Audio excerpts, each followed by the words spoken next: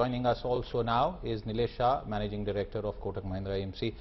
Nilesh, welcome. Last 20-25 minutes of trade, and while that pans out, the bigger question is this debacle, the withdrawal of the FPO, extraordinary circumstances and situations in the Indian market, and also for a large, fast-growing group like the Adani Group.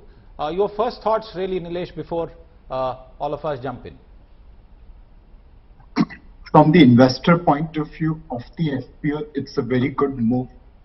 They were staring at a mark-to-market losses immediately on investment.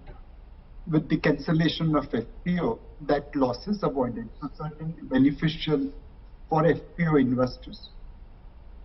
From the existing investors stroke lenders point of view, they have to reassess whether withdrawal of FPO will have any impact on the balance sheets or the growth plan. So essentially, depending upon where you are, you will have to evaluate your position. All right. Well then, let me come to you on the fact that, Adani actually went ahead with this move. I mean, is this unheard of, a 20,000 crore rupee FPO that he's woken up this morning and decided to return all the money back? No, there are two ways to look at it, Abha. If you're being charitable to Mr. Adani, you will say that he's taken the high moral ground and he's behaved honorably. That's one way to look at it. The other way to look at it is that being a smart and shrewd businessman, he's realized that if he were to let this FPO go through and inflict these losses on his new shareholders, he would never have the face to go back to the stock market again to raise money. So I think it's keeping his future interests in mind as well, because people have long memories in the market. If you shortchanged him this time, I think the Adani Group would have been dead in the water as far as raising money from the Indian capital market in the future completely. Nobody would ever forgive him for this. So I think, and given what has happened over the last 48 hours, first with Credit Suisse and now with Citigroup, it is looking more and more difficult for Adani to raise money in the international market to aid his liquidity or his expansion plans.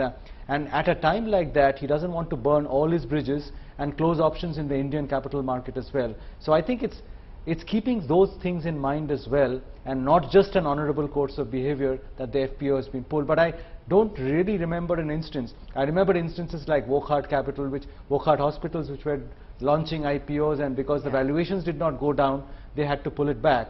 But having got it subscribed through whatever means, and then to return the money is something very unique in the history of the capital market. Nilesh, one quick point on the risk, and those are my words, not yours obviously, to the Indian banking system.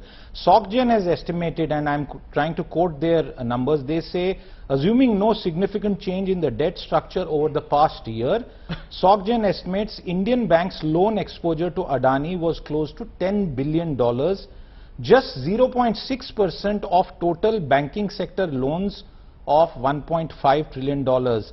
And it goes on to say, our stress test signals no systemic risk for banks even in an adverse scenario.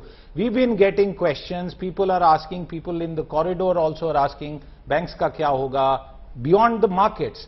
Would you want to give us your thoughts on that point?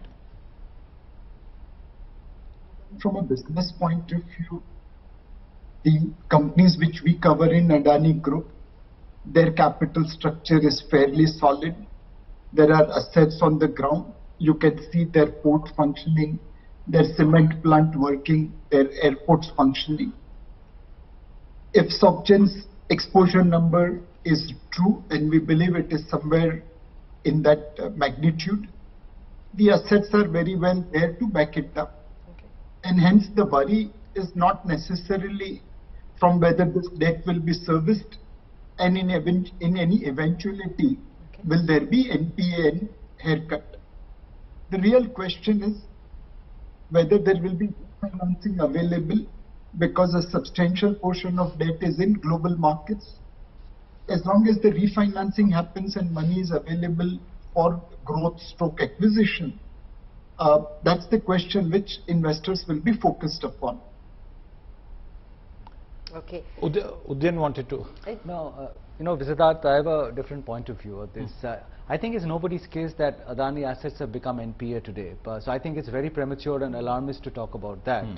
But having said that, these are not very small exposures. I mean, to talk about exposure to a group within a handful of banks and then to see it as a percentage of the entire asset base of the Indian banking system, nobody is saying that the Indian banking system will collapse because of Adani. But 23,000 crores of SBI exposure to Adani Group is not a very small exposure, particularly at a time when, the banks have just cleaned their balance sheet. They're starting a new credit cycle. At this point, do you want to convey the impression to your investors that we are actually saddled with many such questionable assets which may in the course of time become NPAs?